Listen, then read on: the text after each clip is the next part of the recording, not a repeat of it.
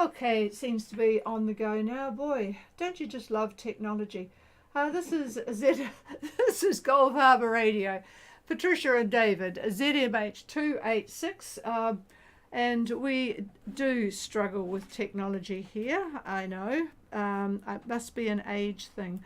Anyway, it's a very interesting picture on the marine traffic today, apart from the fact that my station is no longer working because we have this fancy dancy new router which works on both 2.5 and 5 gigahertz, and it's meant to just decide which one is best. But AIS, for those that have a station, will know that you can only use 2.5, and for some reason the system is not adjusting to that.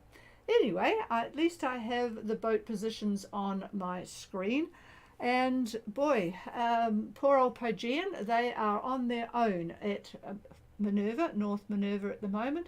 There's a stream of boats heading to New Zealand. But let me tell you about our weather here first. It's been a bit on the gusty side all day, but now it's down to southwest 10.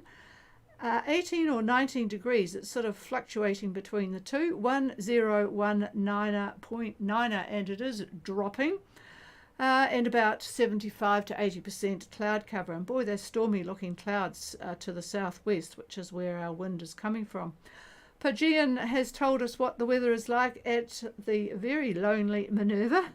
14 knots of south-southeast, 1.5 metre east-southeast swell outside, 20% cloud cover, and 1015. So today, several boats left: Var, Merryweather, Mitjana, Donella and Murray, and they're all on their go. And I've got Tango here. Oh, there's just a new email. I was hoping to get an update from Tango, but no, I'll just have to tell you what it's like on the marine traffic, because they're leading the latest bunch, apart from the motor vessel Canvor, of course, who are way down at 31, 34, experiencing 15 knots of southerly winds. But they're trucking along with the old engines using fuel, 8.5 knots on a course of 208.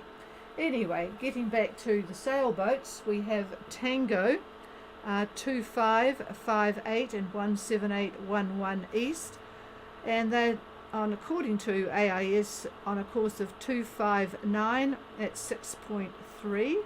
Southeast 15 they've got at the moment. In fact, everyone's got about southeast 15.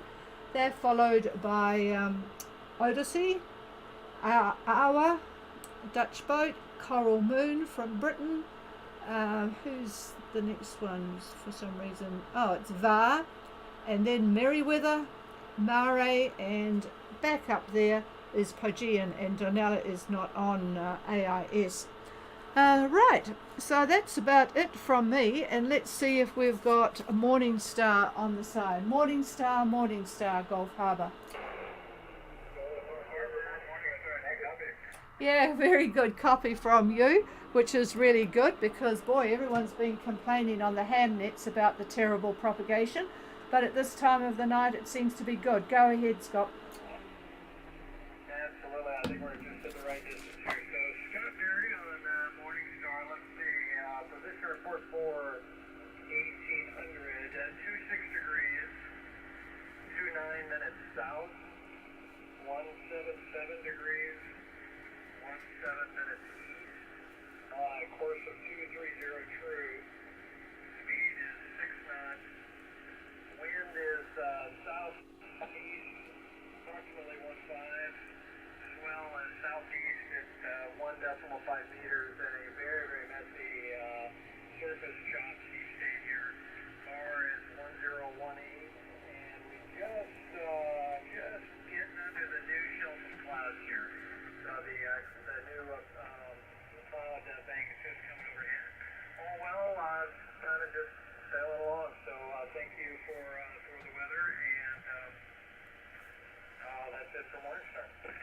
Okay, so Morning Star are at 2629 south, 17717 east, on a course of 230 true at 6 knots.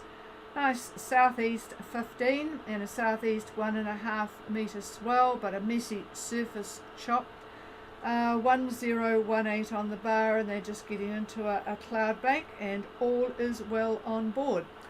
Okay, and I bet you're not fishing, because after being at Minerva, the freezer's probably full. All right, I don't think anyone else is going to be checking in, but I'll do a call before I pass the microphone. Is there anybody else? No, nothing heard. I thought Christian might have called in. Okay, well, there's been some quite interesting comments coming from he who looks at weather models all day. So here's David. Well, that's not all I look at all day. All right. Quickly looking at the big picture, if you will. Our Tasman high, 1027 millibar, midway between Oz and New Zealand. The southern low, which is nasty at 970 millibar, 970 millibar. That sends fronts and troughs northwards, basically between 170 west and 155 west. In that band of longitude, you'll see these troughs just moving south to north. The isobars are shaped actually like a steep mountain, if you were to look at this on one of the Met Service synoptic charts, although in reality the mountain shape is really a steep gorge, since it is a depression. So back to the high, it's ridging to the northeast, which is good. So at the axis, the isobars make a pretty sharp turn counterclockwise, as you would know. They also are spread fairly far apart at that axis, so that yachts that are have left from Minerva to New Zealand are going to find areas of pretty light air. There'll be some breezy bits, but for the most part, because of the distance between the isobars, there just isn't that much incentive for strong breezes. Anyway, that starts at about 27 south, this area of quite light air. Now, on the rum line to New Zealand, you'll encounter a fair amount of broken cloud, most of it low level, as of about an hour ago when I looked at the satellite image. If you're at 30 south, you'll encounter higher cloud, squall-making cloud, really. This cloud extends to Oz, and it's coming from a broken quasi-stationary front from our low that's east of New Zealand.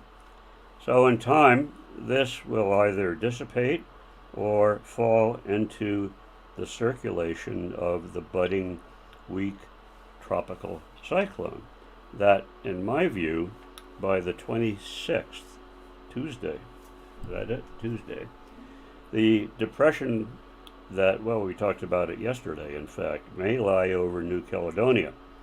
Now, as happens often when tropical depressions form in that area, the track is usually southward. So I know there's a lot of worry that it's going to head straight for New Zealand, but I would say 8 times out of 10, that does not happen. It tends to hug to the western bits of the Southwest Pacific. In this case, that seems to be the case. So by the 29th, what is left of it, it is dissipating. It looks to be west of Norfolk Island. And yeah, probably by the 1st of December, it'll be gone. However, winds will join up with the high that's going to be east of New Zealand on the 28th, which is Thursday. So that means arrival yachts at that point in time may see light northeasterlies. So that is how I look at the situation. Now for a longer range look for the boats that have decided to stay at Minerva, namely Pogean. I'm going out at the moment to about the 6th of December. fact, that's the day I turned 80, of all things. Anyway, I see a 1028 high just east of New Zealand on that date.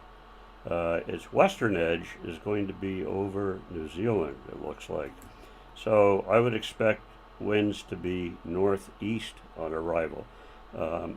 And in addition, to support all of that, I see quite a weak upper level ridge at 500 millibar. It's got just a nice shallow shape for our surface high. And of course that is what's going to maintain the high, as those upper level ridges. So Pogean may be fine for waiting it out, letting some bad stuff go by, and looking a little bit later. Now, we heard from Pogean that a lot of you folks are talking about the models, which model's better, EC, GFS, all that kind of thing. Well, you can argue about that till the cows come home, but quite simply, in all the years that we've been doing this, and actually in my conversations with the chief of the Met Service, New Zealand Met, these models are to be considered accurate to about 3 days. That's 1, 2, 3. And moderately accurate out to 5 days. And really not much better than a coin toss, 50-50 at 10 days. Now, I know you're worried about arrival apparently in about 5 days. So that would be, I think, the 27th, Wednesday. So I've taken a look at all of the models just about 15 minutes ago. And I picked a spot off of northeast of North Cape. I picked 34 south and 174 east. So that's the spot I picked. And so I looked at the various models. So EC is calling northeast 10. GFS is northeast 10. And actually, prior to that, they were calling off variable light air. Didn't even get up to 10. But at least from that direction, it seemed to be mostly northeast. So that's GFS. And Access, which is from our Australian friends, and they do know what they're talking about, they're calling off northeast 12. So we've got two models in agreement, and we've got one model, GFS, that's sort of in agreement. But if we run out to the next day, Thursday, that would be 6 days from now, I guess, 28th. EC is northeast 12. GFS, well, that's different, southwest 8. But Access is northeast 12. So again, we have two models in agreement, one model that's not. And then I've taken a look at Friday, and that's 7 days. And there is no correlation at all with the three models.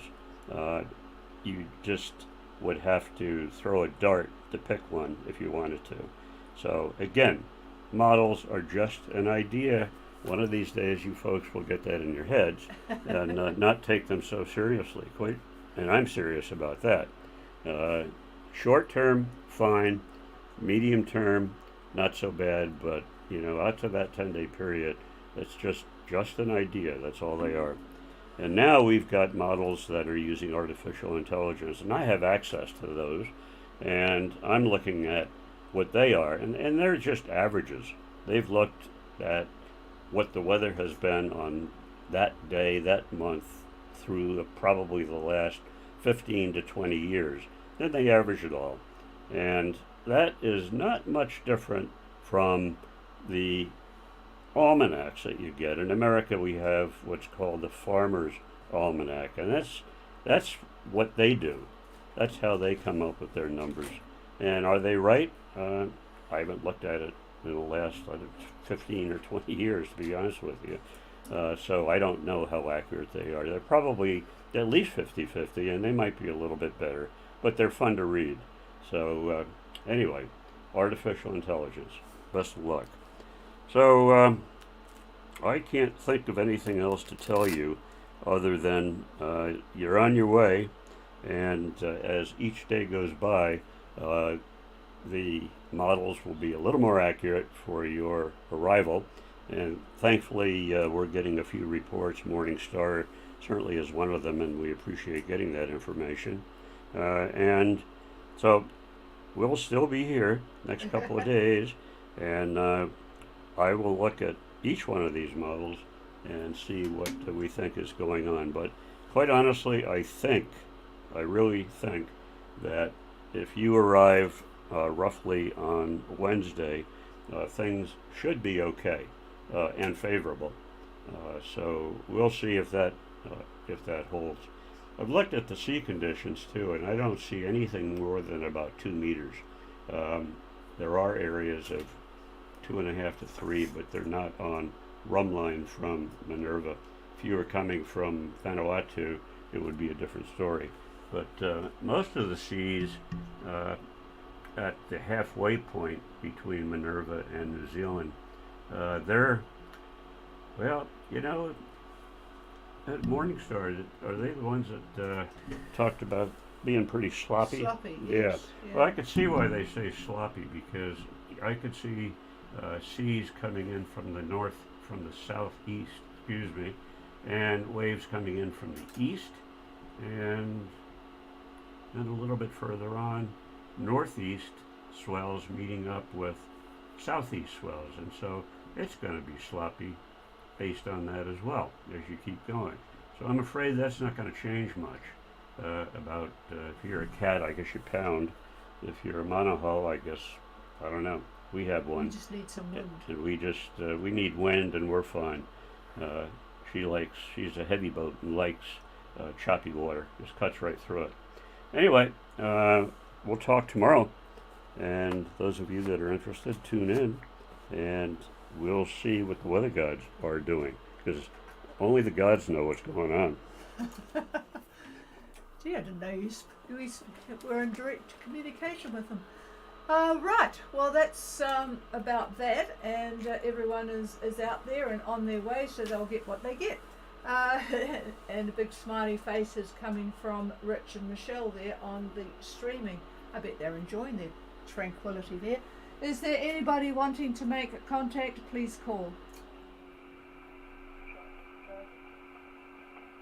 Oh, I think that was Shandon, but boy, it's really, really light tonight. David, was that you over?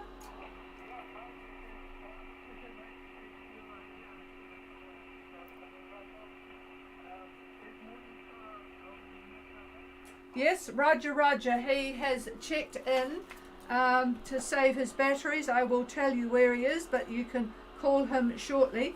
2629 South, 17717 East. Steering on a course of 230 true at 6 knots. They've got southeast 15. They've just entered a cloud bank. It's southeast swell of 1.5, but very messy. Surface chop, and all is well on board. So just stay on frequency. I'm sure Scott and Mary will like to say hi to you shortly. And I heard that you have enjoyed lunch at our favourite place up there at Russell. I bet it was good. Anyway, this is Gulf Harbour Radio. Is there anybody else wanting to make contact? Otherwise, I'll clear the frequency. No, nothing heard, so we'll be back again at the same time tomorrow. Cheers, everybody, and I believe Shandon will take the frequency. Have a good night, all of those at sea.